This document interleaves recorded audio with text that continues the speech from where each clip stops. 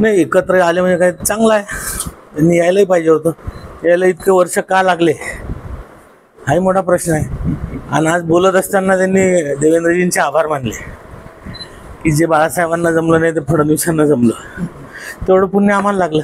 देवेंद्रजीला अनाजी पंत सुद्धा म्हणतात. अनाजी पंतांनी चांगलं काम केलं हे कबूल केलं त्यांनी. साहजिक आहे, त्याची मुंबई महानगरपालिकेच्या दृष्टिकोनातून त्या युतीकडे जास्त प्रामुख्याने बघितलं जातं. भाजपला याचा फटका बसेल? मला नाही वाटत भाजपला याचा काही फटका वगैरे पडणार आहे. आपल्याला माहित आहे की राजाचा जीव कशात असतो, तसं उद्धवजींचा जीव सगळा मुंबई महानगरपालिकेत आहे. आणि राज ठाकरेंनी असं कुठे वाच्यता केली नाही की एकत्र आलो एकत्र राहण्यासाठी. ही साथ त्यांना उद्धवजींनी घातली कारण ते हतबल झाले. त्यांना डोळ्यापुढे दिसते की मुंबई महानगरपालिका आपल्या हातनं जाणार आहे आणि ती 100% जाणार आहे. त्यामुळे त्यांचा हा केविलवाना प्रयत्न आहे की आम्ही एकत्र राहू, एकत्रितपणे काम करू. एकत्रितपणे काम करत असताना मन तर मिळलं पाहिजे. अजून त्यांचा जागा वाटप नाही, अजून त्यांची निवडणुकीबद्दल चर्चा नाही. आणि आजही ते जेव्हा आले तर त्यांनी पक्षविरहित कार्यक्रम का केला?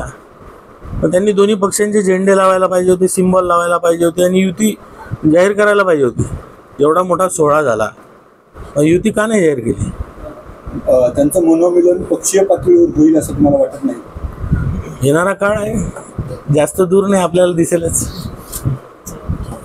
थँक्यू.